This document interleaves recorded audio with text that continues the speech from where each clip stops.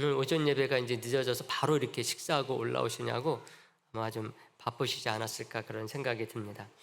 오늘 본문 말씀 우리가 좀 마음 가운데 새기고 기도하길 원합니다. 오늘은 또 이제 올해를 마무리하는 그런 또 찬양 기도회가 될 뿐만 아니라 또 새해를 또 우리가 준비하면서 또 맞는 그런 기도이기 때문에 특별한 의미가 있지 않나 그런 생각이 듭니다.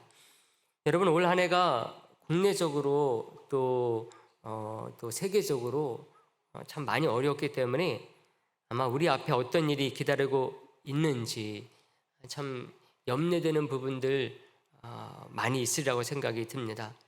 그래서 또 우리가 올 한 해 열심으로 이렇게 달려왔는데 이 달려온 것들, 우리가 뿌려놓은 것들 과연 그것이 또 어떤 결실로 나타날지, 올해 우리가 지난다고 해가지고 그것으로 모든 게 다 끝나는 게 아니거든요. 우리의 삶이 절대로 그렇지 않습니다. 우리가 지난 한 해 참 부족한 가운데서도 참 별로 기도하지 않았던 것들 또 하나님께서 역사하셔서 새해에 놀랍게 또 결실하게 하시는 것이거든요.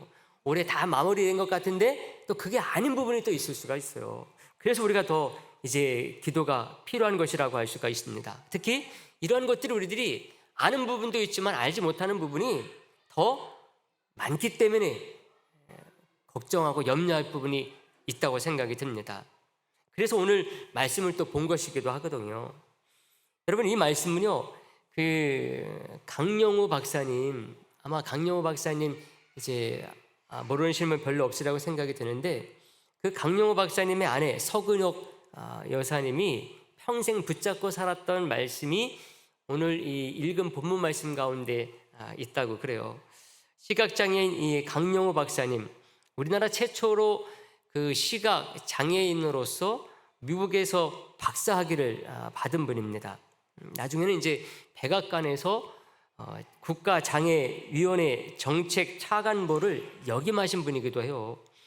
미국에서 철학 박사학위를 받아가지고 원래는 이제 우리나라에 와가지고 그 열심히 공부한 것, 우리나라에서 많은 장애인들을 도우면서 이렇게 이제 살려고 했는데 이게 그 당시에는 아무도 받아주는 데가 없었다고 그래요. 요즘도 이제 장애인에 대한 그런 차별이 아직도 적지 않지만은 그때는 더 심했죠. 그러다 보니까는 그 미국에서 어려운 공부해가지고 박사학위를 받았는데도 받아주는 데가 없었다고 그럽니다. 그래서 결국은 다시 이제 미국으로 돌아가실 수밖에 없었다고 그럽니다. 이 강영호 박사님은 원래부터 시각장애인이 아니었다고 그래요. 중학교 때에 이 친구들하고 이제 축구를 하다가 그 공에 어떻게 잘못 맞는 바람에 이게 시각장애인이 됐다고 그래요. 근데 당시에 가정이 그렇게 형편이 어려웠다고 그럽니다. 아버님 같은 경우는 몸이 약해가지고 이미 일찍 돌아가셨다고 그래요. 그리고 이제 어머니마저도 이 아들이 시각장애인이 된다, 고칠 수 없다, 이 소식을 듣고 충격을 받아가지고 돌아가셨다는 거예요. 중학교 때. 그러니까 결국은 사남매만 덜렁 남았다고 그럽니다. 사남매 가운데서도 그때 가장 나이가 많았었던 그 자녀가 18살짜리 누나였다고 그래요. 근데 이 누나마저도 이 공장을 다니면서 이제 이 네 남매가 같이 이렇게 살고 있었는데 공장을 다니다가 먼저 세상을 떠났다는 거예요. 그 어렸을 때에. 그러니까 이제 3남매가 남았잖아요. 3남매 전부 다 어려가지고 결국은 다 고아가 돼가지고 뿔뿔이 흩어졌다고 그래요. 이런 상황 속에서 뭐가 이제 버팀목이 됐느냐? 어렸지만은 그래도 믿음이 중심 가운데 있었던 것 같아요. 뿐만 아니라 이제 그런 믿음의 그 3남매를 또 이제 아는 그런 믿음의 사람들, 근데 그런 사람들이 이렇게 저렇게 이제 얽혀 좀 있어가지고 도움이 됐던 것 같은데, 여러 사람들이 있지만 그 중간에서도 누군가 하면은 평생의 반려자가 된 이 서근옥 여사였다고 합니다. 제가 이렇게 그 얘기를 이렇게 보면서 보니까 이 강영호 박사님보다는 이 서근옥 여사님이 더 주목이 되는 것 같아요. 원래 이 강 박사님은 보니까 시각장애인이긴 했지만은 워낙 뛰어난 분이더라고요. 공부도 이렇게 잘 아시는 그래서 이 성적도 잘 보는 그런 사람들의 비해서도 월등하게 좀 공부 잘 안 보이니까 공부하는 게 쉽지 않지 않습니까? 자기가 직접 책을 보서 하는 게 아니라 남이 이제 읽어주는 거 그거 가지고 공부하는 거예요. 그리고 이제 녹음, 옛날엔 녹음도 쉽지 않지 않았습니까? 이런 거 이제 가지고서 공부하면서 했는데도 불구하고 이렇게 워낙 뛰어난 분이시더라고요. 근데 이 여사님 같은 경우는 정말 신실한 신앙인이 돼가지고 하나님만, 주님만 믿으면서 그 길을 갔다고 할 수가 있습니다. 그 어려운 길을 옆에서 아내로서 내조를 하면서 버텨냈다고 할 수가 있어요. 지금은 이 강영호 박사님은 소천하신 지 꽤 됐어요. 2012년에 소천하셔가지고 지금 이제 10년이 넘었는데, 근데 이 서근옥 여사님은 지금도 계십니다. 그래서 지난해에 책을 내셨어요. 지난 동안 어떤 그 삶을 겪어왔는지. 그래서 그 주님만 따라가는 삶이라는 책을 내셨더라고요. 이분도 유명 여대를 나와가지고 미국 연수까지 다녀온 장애가 없는 그 여인으로서 장애가 있는 시각장애인 남편을 맞아가지고 어떤 그 인생 여정을 살아왔는가, 이것을 글로 쓴 거예요. 그 중에서도 박사학위를 받아가지고 이제 한국에 와서 이제 정착을 하려는데 어느 곳에도 받아주지를 않아가지고 다시 이제 미국으로 몇 달 여기서 일자리를 찾다가 못 찾고 다시 돌아간 거죠. 돌아가서 겪은 얘기를 해주고 있습니다. 8개월 동안 한국에서 아무리 찾아도 일자리를 찾지 못하고 이제 여건이 안 되니 돌아간 거죠. 하나님께 그 뜻을 구하면서 다시 돌아가가지고 그때는 이제 돌아가고 나서는 생활비, 도와주던 생활비도 다 끊겼다고 그래요. 학생 비자도 끊어져 버리고. 근데 그때 또 6개월 된 둘째 아이가 또 있었다는 것입니다. 그러니까 얼마나 살기 어렵겠어요? 박사 과정이라 하지만은 무직자인 거예요. 박사가 무슨 소용이 있습니까? 그때는 생활비도 떨어지죠. 어린 아기가 있죠. 돕던 그 손길마다 다 끊어버렸죠. 그러는 가운데 어느 겨울날 이제 한 700km가 넘는 그곳에 직장이 있다는 소식을 듣고 거기를 이 여사님이 운전을 해서 가게 됐다는 거예요. 눈이 펑펑 오는 그런 날에 이제 그 여인의 몸으로 그 미국 땅 700여 킬로를 차를 가지고 갔는데요. 너무 무섭더라는 거예요. 거기에서 왜 그렇게 그 무서움이 엄습해 오는지. 근데 그때에 이 여사님에게 힘이 됐던 그 말씀이 오늘 이 말씀, 특히 10절 말씀이었다고 합니다. 자신이 그때도 그렇지만은 자기의 인생 가운데 그렇게 시각장애인 남편을 내조하면서 살아오는 가운데 어려운 일들이 있을 때마다 자신이 붙잡고 힘이 되어줬었던 그 말씀이 이 말씀이다. 또 그때마다 하나님께서 이 말씀 붙잡고 나아갈 때마다 이 여사님에게 힘을 줬다는 것입니다. 오늘 10절 말씀, 우리가 다 아는 말씀이지만 우리가 한번 다 같이 한번 보도록 할까요? 다 같이 보겠습니다. 두려워하지 말라, 내가 너와 함께함이라. 놀라지 말라, 나는 내 하나님이 됨이라. 내가 너를 굳세게 하리라. 참으로 너를 도와주리라. 참으로 나의 의로운 오른손으로 너를 붙들리라. 할렐루야.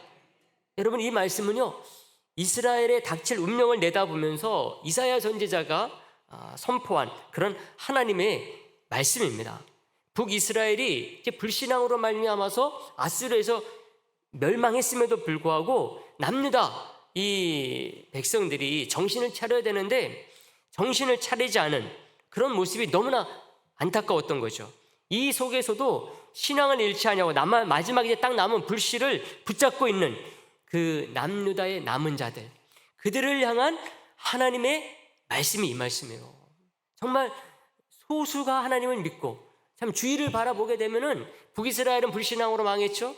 그러면 남유다라고 한다면은 하나님을 잘 섬기는 그런 사람들로 가득 차야 되는데 그게 아니었던 거예요. 그런 망해가는 북이스라엘을 보면서도 남유다에 오히려 불신앙이 더 가득 차는 것입니다. 그런 가운데 소수, 누군지 모르죠. 겉으로 보게 되면은 소수의 신실한 신앙인들, 그 남은 자들을 향하여 하나님께서 이사야 선지자에게 주신 말씀이 이 말씀이에요. 격려와 소망의 메시지인 거예요. 특히 오늘 본문 8절에 보면 이런 말씀이 나와요. 그러나 나의 종 너 이스라엘아 내가 택한 야곱아 나의 벗 아브라함의 자손아 이렇게 딱 말을 합니다. 여러분 이 말씀 누구에게 힘이 되겠습니까? 여러분 이 말씀 정말 믿음이 없는 자에게는 별 힘이 되지 않는 그런 말씀이라고 할 수 있어요. 그냥 귀뚱으로도 안 들릴 수 있는 그런 말씀이에요. 그러나 진짜 그런 어려운 여건 속에서 살아계신 하나님 믿고 신실한 그 신앙의 마음이 있는 자에게는 너무나 힘이 되는 말씀이라고 할 수가 있습니다. 하나님이 자신의 소유로 삼으시고 하나님의 자녀로 택하시고 하나님의 벗으로 삼았는데 뭐 걱정할 게 있느냐예요. 걱정할 게 없다는 거예요. 하나님의 자녀에게 있어서 크고 작은 시련 이런 역경들 이거는 그게 있어도 대책 없이 무조건 터지지 않는다는 것입니다. 바로 이 말씀 속에 그 말이 되어 있어요. 우리 앞에 우리가 지금까지 겪어온 일 그런 가운데 크고 작은 어려운 일들 분명히 있었을 것이고 앞으로 있을 것이지만은 그게 하나님의 그 손길 안에 있는 하나님의 자녀들에게 있어서는 무조건 닥치는 게 아니라는 거예요. 대책 없이 오지 않는다는 것입니다. 그래서 이 오늘 본문과 같은 말씀이 선지자를 통해서 미리 주어지는 것입니다. 미리 주어진 말씀이에요. 이스라엘이 겪게 될 역사적인 시련이 앞에 기다리고 있어요. 근데 그 원인 제공자는 하나님이 아니에요. 이스라엘의 불신앙 때문에 하나님께서 지금 앞으로 바벨론이라고 하는 대적이 이스라엘을 쳐들어오게 될 것을 앞에 두고 있습니다. 하나님 때문이 아니에요. 원인 제공자는 이스라엘의 불신앙입니다. 근데 이사야 선지자가 하는 말은 그렇게 말하는 거예요.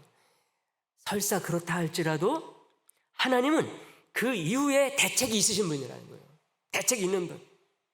우리의 잘못 때문에 앞으로 하나님의 그 징계가 있을 것이지만은 그 징계조차도 우리 하나님께서는 대책을 세워놓고 징계하시는 분이라는 거예요.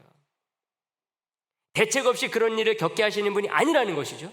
설사 우리가 잘못했다 할지라도 그렇다는 것입니다. 그래서 이사야를 통해서 이 말씀을 먼저 주시고 있는 거예요.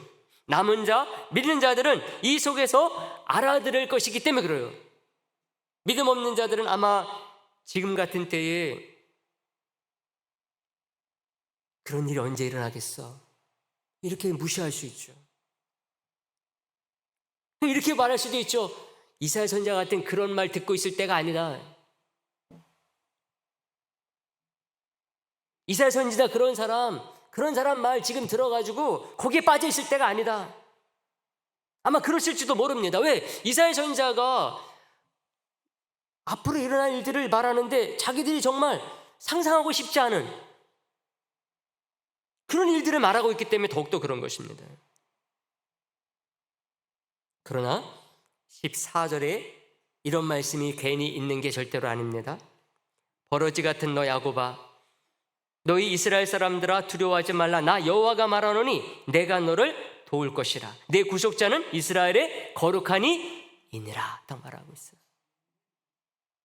이사야 선지자의 말을 귓등으로도 듣지 않는 그런 사람들에게 있어서는 이 말씀도 들려오지 않죠. 왜?